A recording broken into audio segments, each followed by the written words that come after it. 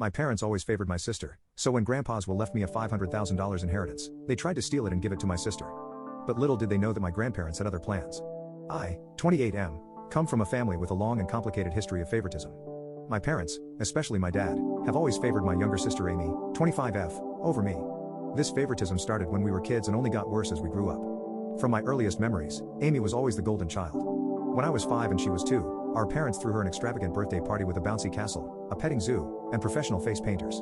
For my birthday that same year, I got a small family dinner and a store-bought cake. This set the tone for years to come. As we grew older, the disparities became more apparent.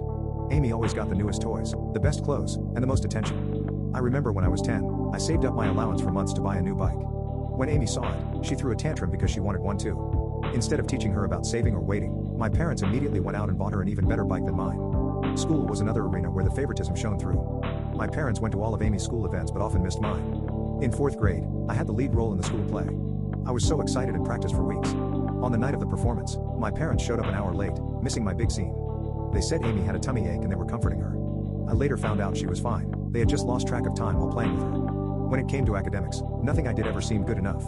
In middle school, I consistently got straight A's, joined the math club, and even won a regional science fair. My parents barely acknowledged these achievements, but when Amy got a B+ on a single test in her weakest subject, they threw her a celebratory dinner and bought her a new phone as motivation to keep improving. High school was particularly tough. I threw myself into every activity I could, hoping to win their approval. I was captain of the debate team, editor of the school newspaper, and maintained a 4.0 GPA. Meanwhile, Amy coasted through school, barely maintaining a C average and spending most of her time partying with friends. During my junior year, I was selected as one of 2 students from our school to attend a prestigious summer program at Harvard. It was a huge honor, and I was thrilled. When I shared the news at dinner, my dad grunted and changed the subject to Amy's upcoming dance recital. My mom at least said, "That's nice," but quickly moved on. The night of Amy's recital, which fell on the same day I was leaving for Harvard, my parents couldn't drive me to the airport because they didn't want to miss Amy's performance. I had to ask a friend's parents for a ride. The college application process was another painful experience. I spent months perfecting my essays, participating in extracurriculars, and studying for the SATs. I was accepted into several top-tier universities and received a substantial scholarship to my dream school. When I announced this at dinner, my parents' response was lukewarm at best. My dad said, "That's good, but don't let it go to your head. College isn't everything." My mom added, "Just don't forget about us when you're off becoming a big shot." In contrast, when Amy barely graduated high school and decided not to go to college, my parents were completely supportive. They praised her for knowing herself and not conforming to societal pressures. They even bought her a car as a graduation present, something they never did for me. This constant favoritism took a heavy toll on me emotionally. I struggled with depression and anxiety throughout my teens and early 20s. I started seeing a therapist in college, which helped me understand that my parents' behavior wasn't my fault. It took years of work to build my self-esteem and learn to validate myself instead of seeking approval from my parents. Despite the lack of support from my immediate family, I managed to build a good life for myself. I graduated college with honors, secured a good job in finance, and even bought my own house by 27. I'm proud of what I've achieved, even if my parents aren't. Now here's where the current drama starts. My grandfather on my dad's side passed away recently. He was a successful businessman who built a fortune from scratch, and he left behind a significant estate. In his will, he divided his assets equally among his children, my dad and his siblings, and grandchildren, me, Amy, and our cousins. My share of the inheritance was substantial, about $500,000. It would have allowed me to pay off my student loans, invest in my future, and maybe even start my own business someday. I was grateful for this unexpected windfall and the opportunities it could provide.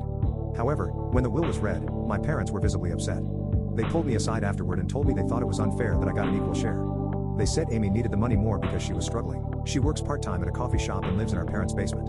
I was shocked but tried to stay calm. I explained that this was Grandpa's decision and it wasn't up to them to change it.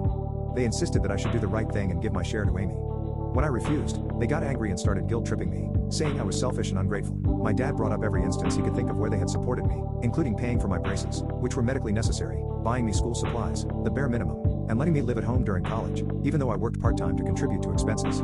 He conveniently forgot about the car they bought Amy, the countless shopping sprees, and the fact that they're still supporting her at 25. The situation escalated quickly.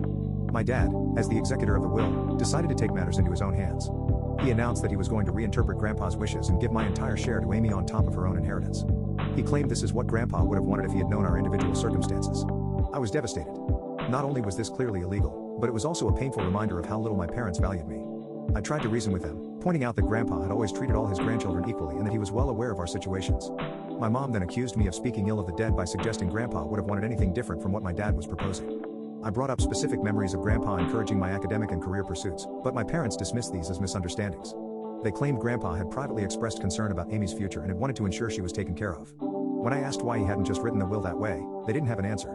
Amy, for her part, seemed uncomfortable with the situation but didn't speak up against our parents. When I tried to talk to her privately, she just shrugged and said, "Mom and Dad know best."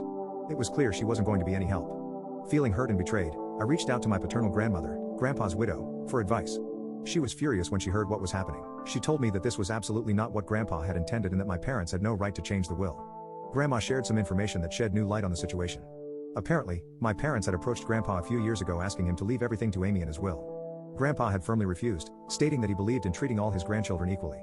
He had even added a clause to his will stating that anyone who contested the equal distribution would forfeit their share. Armed with this information, I confronted my parents. They were shocked that Grandma had told me about their previous attempt to influence the will. My dad tried to justify it by saying they were just looking out for Amy's future, but I could see the guilt on their faces. Grandma took action immediately.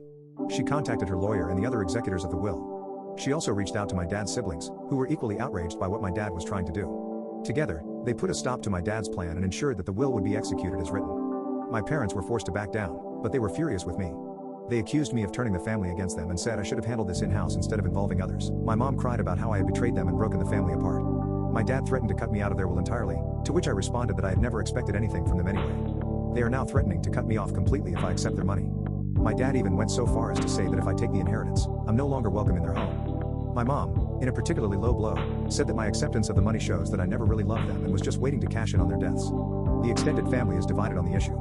Some of my cousins are supportive, recognizing the long-standing favoritism and praising me for standing up for myself. Others think I should have just given in to keep the peace, saying that family harmony is more important than money. My dad's siblings are firmly on my side, but this has caused tension between them and my parents. Amy is caught in the middle of all this. She told me privately that she didn't ask for this and feels guilty, but she's not willing to stand up to our parents. I don't blame her entirely. She's been conditioned her whole life to rely on them and seek but things are still complicated with my parents. My mom is making sincere efforts to repair our relationship. She's been attending therapy regularly and has even started to acknowledge some of the harm caused by her favoritism. We've had a few one-on-one lunches where we've had some honest, though difficult, conversations about our past and how we can move forward. While it's not perfect, it's progress. My dad, however, remains resistant to change. He still insists he did nothing wrong and that Amy and I are being ungrateful. He's missed several family events because he refuses to be in the same room as me. It's painful, but I'm learning to accept that I can't control his reactions or force him to see things differently. Grandma has become a rock for both Amy and me. She shared more stories about Grandpa and how proud he would be of us for standing up for ourselves. She's also been a great mediator in family conflicts, always advocating for fairness and understanding. This whole experience has taught me a lot about the true meaning of family. I've realized that sometimes the family you choose can be more supportive than the one you're born into. I've formed closer bonds with my aunts, uncles, and cousins who stood by me, and I've even developed a close-knit group of friends who have been incredibly supportive throughout this ordeal. I've also learned the importance of self-care and setting boundaries.